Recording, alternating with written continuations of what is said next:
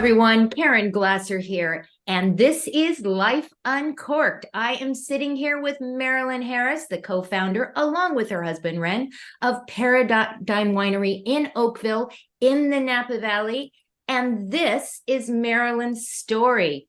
So Marilyn, welcome to the show. How are you today? Thank you so much for having me. I'm very excited to be here.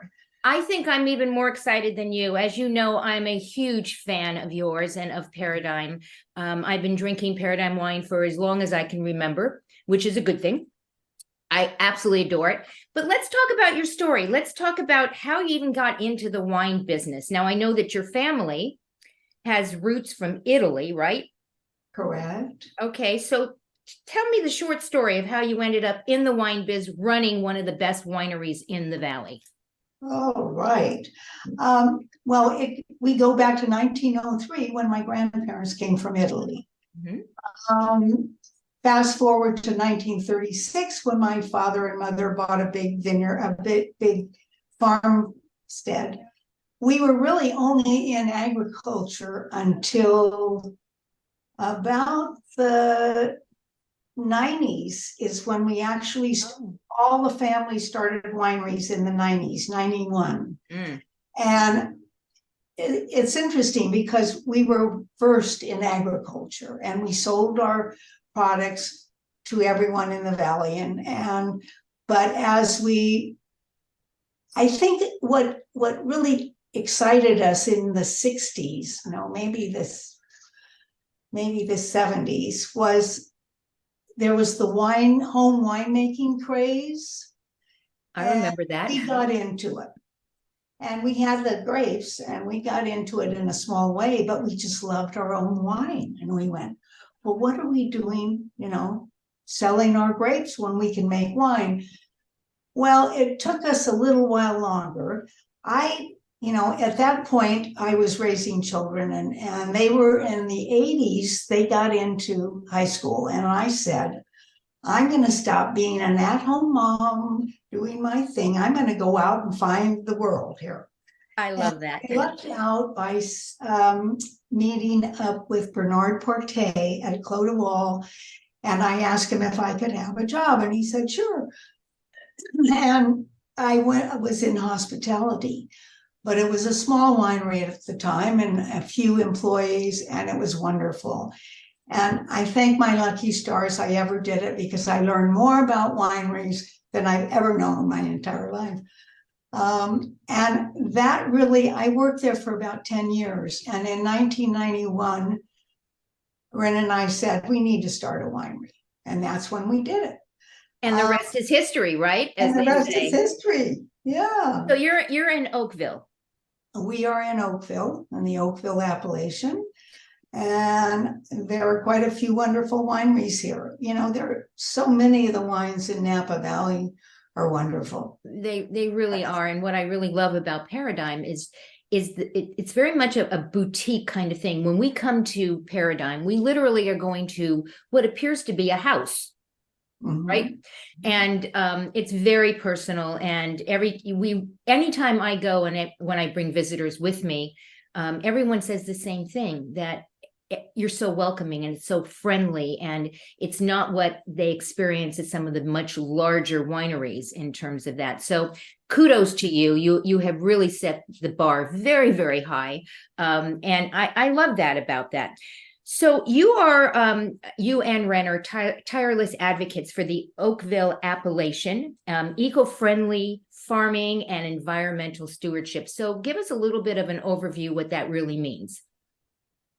What that really means. It's just caring. Our heart is in the fact that it starts in the soil.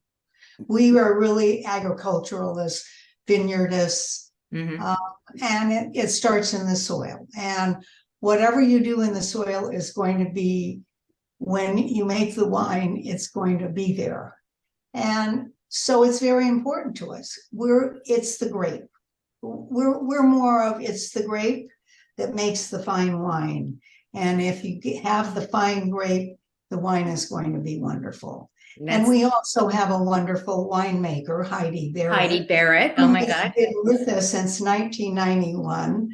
Bless her heart, she puts up with us all these many years, but she's wonderful. She's a woman. And what I find And fascinating, she's a woman, and that's right. And some of the best winemakers in the valley are women, which I think is just wonderful because, you know, being one and all of that.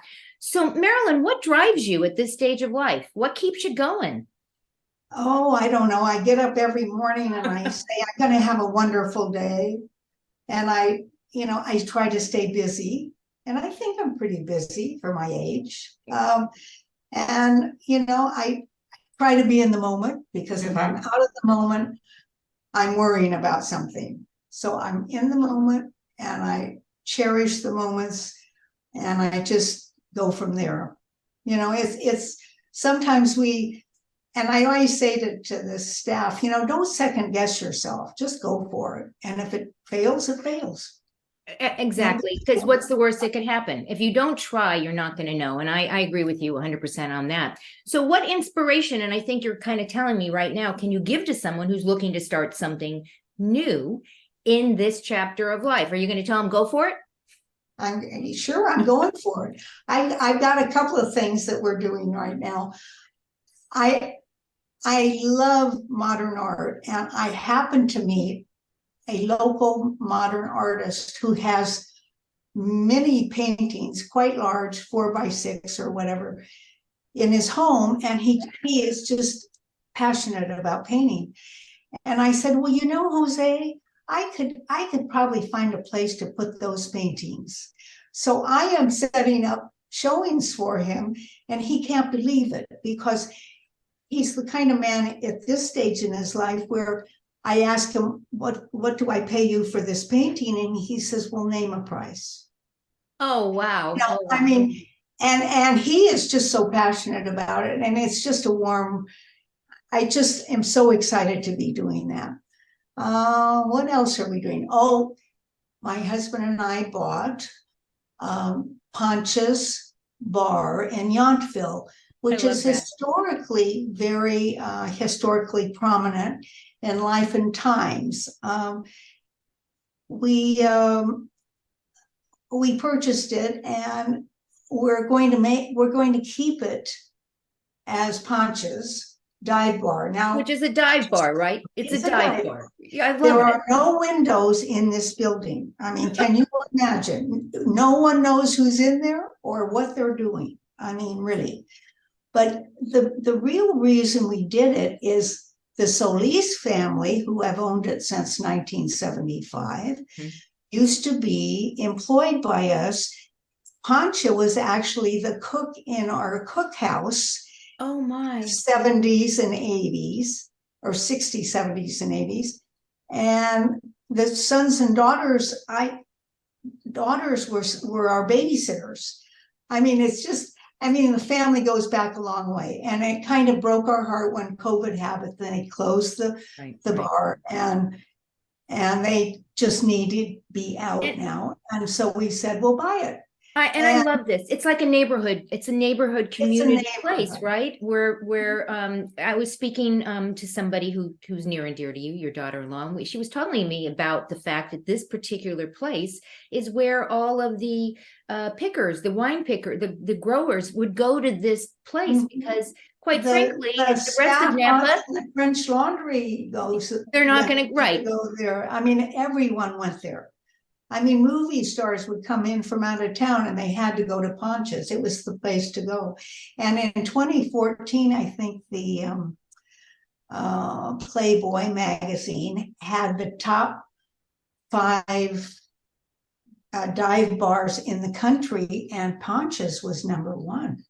So when are you opening again? You bought it. When are you reopening? Probably about 3 months.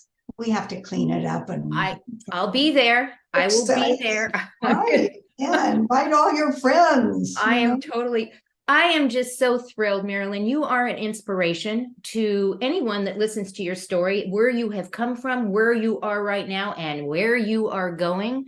I want to thank you so much for sharing your story with us, because quite frankly, I think that we're all aging like a fine wine. What a great show. Thank you so much for joining us and for being a part of this journey.